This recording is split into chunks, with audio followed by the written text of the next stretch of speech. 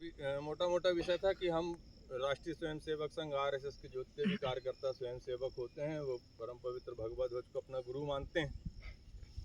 तो पिछले 99 वर्षों से हम काम कर रहे हैं समाज के बीच में। ये हमारा 100वां वर्ष शुरू होने वाला है विजयदशमी से।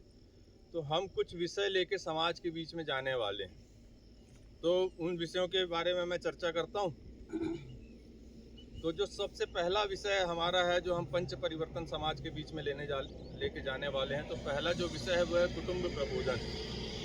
अब कुटुंब प्रबोधन से तात्पर्य क्या है कि यहाँ पे जो उम्र में ज़्यादा उम्र के लोग हैं उन सबको ध्यान होगा, या अभी भी हमारे गांव में कुछ स्थिति है वैसी कि हमारे परिवार की जो कल्पना होती है वो परिवार की कल्पना होती है कि हमारे दादाजी दादी, हमारे चाचा, बड़े पिताजी, बुआ, ये हमारे परिवार की कल्पना होती थी हमेशा से।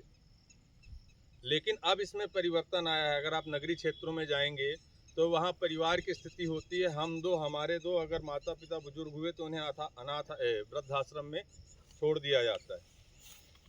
तो हम सबको अपने भारत का इतिहास पता है। हमारा 1250 वर्षों का संघर्ष का इतिहास रहा है।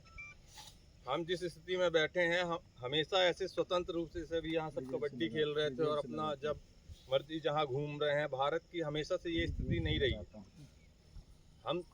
हमारे देश में शक आए, उसके बाद हूण आए, फिर मुगल आए, अंग्रेज आए, पुर्तगाली आए।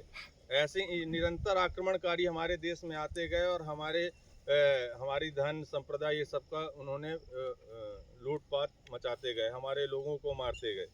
उसके बावजूद भी 1250 वर्षों के संघर्ष के बावजूद भी हमारा जो परंपराएं, हमारा जो धर्म था ज्यों का तो आज भी खड़ा है। तो उसका अगर कोई सबसे बड़ी शक्ति थी तो वो थी हमारी परिवार व्यवस्था। अब ये सिर्फ बात हमें ध्यान है नहीं है वो एक अलग विषय है, लेकिन जो हमारे विरोधी हैं उन्हें ये बात बहुत अच्छे से ध्यान है कि जब तक भारत की परिवार व्यवस्था ऐसी रहेगी तब तक हम हिंदुस्तान को या हिंदू समाज को ख़त्म नहीं कर सकते।